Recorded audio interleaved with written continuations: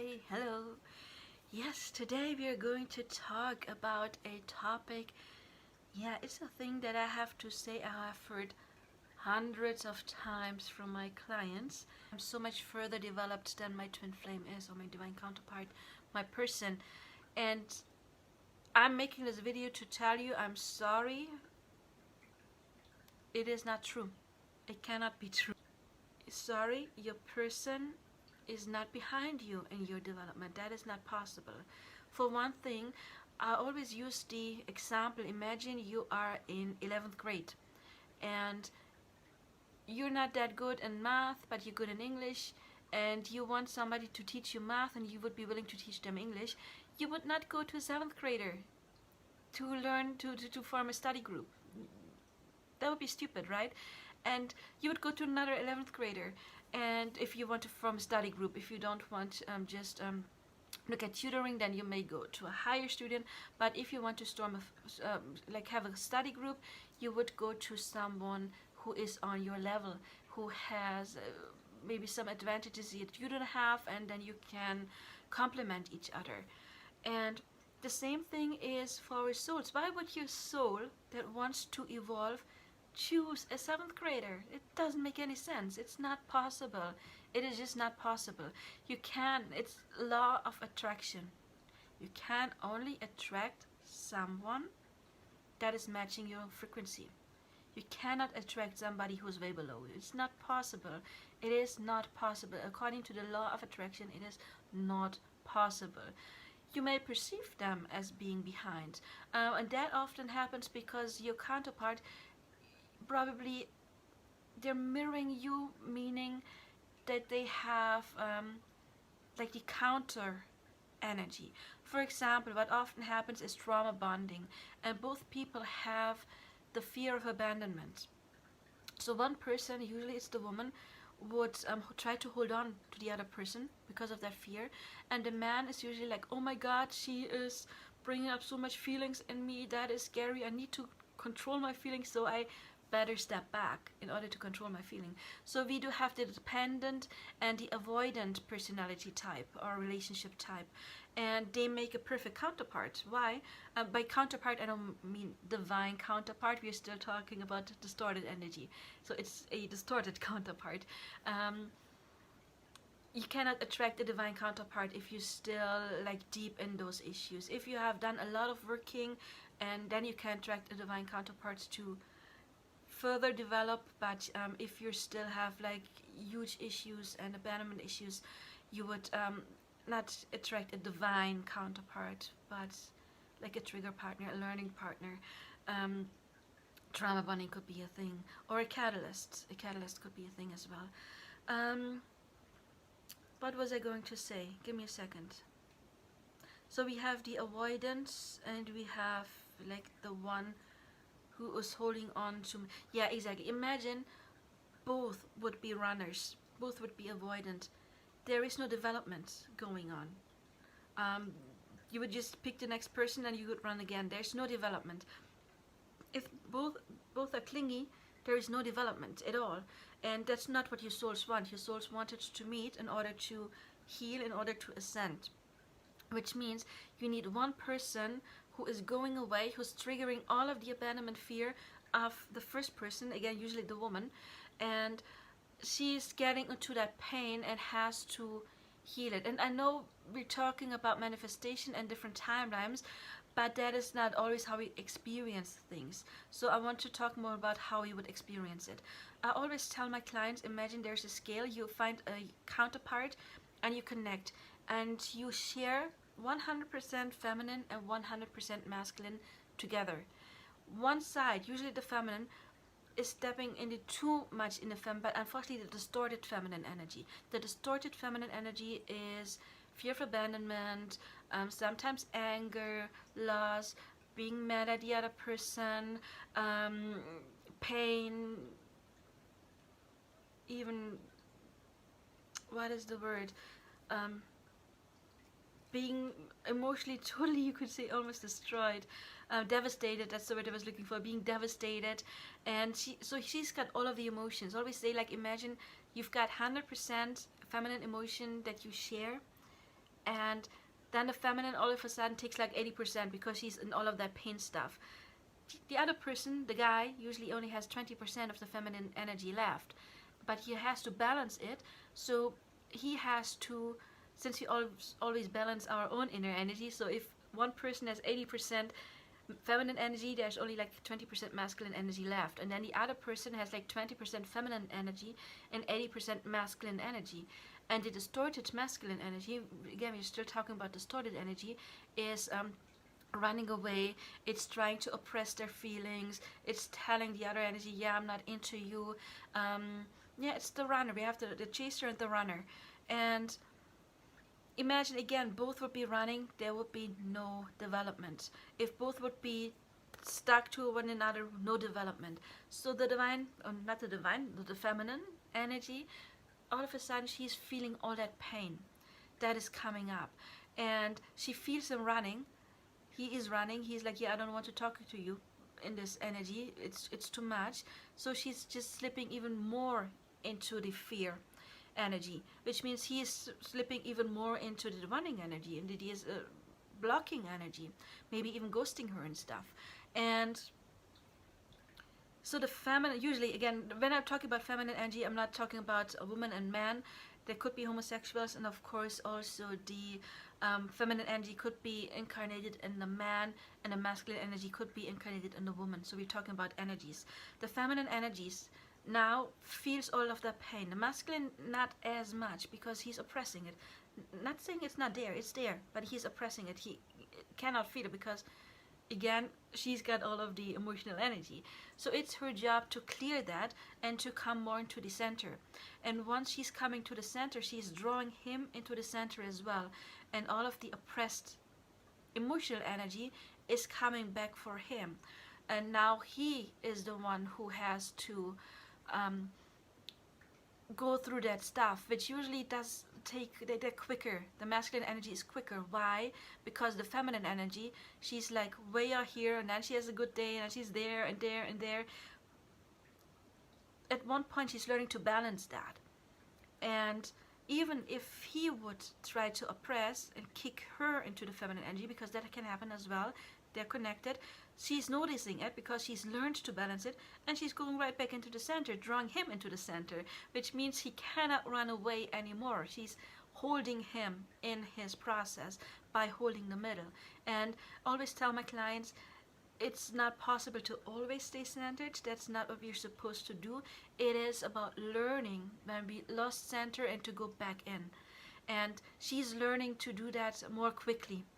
And by that, again, he cannot oppress anymore. She keeps him in the middle. That doesn't have to mean contact yet, but she keeps him in the middle. And at that time, he is doing his work. He has to, because he can no longer oppress. Again, if he tries, she gets out in the middle and steps back in and pulls him back in. And that is why they're faster, because the feminine is holding the ground, you could say. And once they have done, I always tell my clients, women, the feminine energy, she's working through stuff, and it is working in the masculine. So we are more the active approach, whereas the masculine, he usually doesn't go meditating, going to psychics to work things through. It usually happens, for example, at night when they're laying in bed, and then there's this process going on. So they don't do it as actively, but that is okay. It's yin yang. The roles were like everybody got their role. So it's okay, they don't have to do it the same way the feminine does. But if you're not experienced, if you don't know that, you look at the masculine, you're like, especially if you're way out here, you know, in the fear, in the anger, in being mad at him, blaming him for everything, you know, blaming the other person is still distorted energy. He is over here, he's not doing the work. It's not his fault, because it's the job of the feminine energy to step into the middle to draw him in. So if she's not done her part, it's not his fault. He cannot come. He just cannot come. Not his fault. But then it would be easy for her to say, yeah, he is not doing his work. I'm working so hard on myself. I get a lot. I'm working so hard on myself. And then when I ask, oh, what do you do? Well, I've been to a healer like 2 months ago, and then I did this meditation like 3 weeks ago, and 3 months ago. So you have to work on yourself a little bit more on a regular basis, which means daily, basically. If you want to reprogram your subconscious, it is proven it does take at least 21 to 60 consecutive days to reprogram your subconscious. So doing something once in a while is not doing it. I'm sorry, but it's true. So again, when she's over here still in victim mode, blaming him for not coming, for not giving her what she wants, because she's got fear of abandonment, so she thinks she needs him and it's his job to make her happy, but that's not true. It's her job to find inner peace and then to draw him in. It's not his job to give her what she lacks. It's just not. It's his job to stay away, to show her, look, there's a lack inside of you that you need to take care of. So they are always on the same level, but I can understand that when you're over here and you don't see any movement from the other person, to point at them, think, oh yeah, they're so far behind. Again, not true. And another thing is, when we manifest, there is the thing called law of assumption, which means whatever you assume, the universe will make true. Why? Because if it's in your subconscious, if it's a belief, then you just stay on the timeline that matches your belief. So you need to change your assumptions about your person. If you constantly affirm, yeah, he's got so much work to do, then you're staying in the timeline where he's always got so much work to do. If you are in the affirming, yeah, he's never gonna be done, that's what you'll get. You stay in a timeline where it's never gonna be done. If you always think about, yeah, and then he has to do that, and that's his issue, you're manifesting the person of him, the version of him that has the exact issues you constantly focus on. Is that his fault? No. It's your, I don't want to say fault, it's your responsibility. That's a better word. It's not, we're not talking about faults. Especially if it's something you haven't learned yet. I mean, like, imagine you are in first grade and you haven't learned multiplication yet. It's not your fault that you don't know multiplication. You just haven't learned it yet, so that's okay. But again, it's not the other person's fault. It is your responsibility to learn multiplication, to learn that, and do your work and not blame the other person. Because again, the universe will give you the version of him that you assume that he is. Vice versa, of course. So it is your job to change your inner belief, to switch to the other timeline where that person is the version you want to be, him to be. Sorry. So again, is he less developed than you? If you you are manifesting the timeline where he is not ready, no. If you constantly think he is not ready, guess which version you are going to manifest? The version that is not ready. But if you visualize you being together, and I'm always talking about the metaphor with the navigation system. You tell spirit what you want by telling spirit the end goal, and spirit, the navigation system, is picking the best route to get you to your destination. Spirit knows the best route. You don't. You don't have to think about, yeah, first that has to happen and that and that and that. You just hold on. You live in the end, as Neville Goddard says, and spirit helps you to get there. Okay. So that is something that's very important. So again, it's not your person's fault if you keep manifesting that they're not ready. They can't do anything. It's your manifestation. You pick your timeline. There are timelines where he is ready. There are timelines where he's never going to be ready. There's timelines where you haven't even met. There's timelines where he wasn't even born. You pick the timeline that you want to experience. So if you want your person to be ready, do your work. Again, get into the center. You cannot draw him in when you're over there. You can't. It's not possible, okay? So you do your work, and the work usually is fear of abandonment and self-love is an issue usually. And then again, your focus. If you focus on your person not being ready, that is your manifestation, et voila. Not your person's fault. Your responsibility. And since, yeah, you pick the timeline, again, you cannot be further developed than your person. It's not possible, but that is a good thing. Why is it a good thing? Because if it clicks and you do your work, you get into the center, you attract them. There can two things can happen, and that's the difference between law of attraction and manifestation.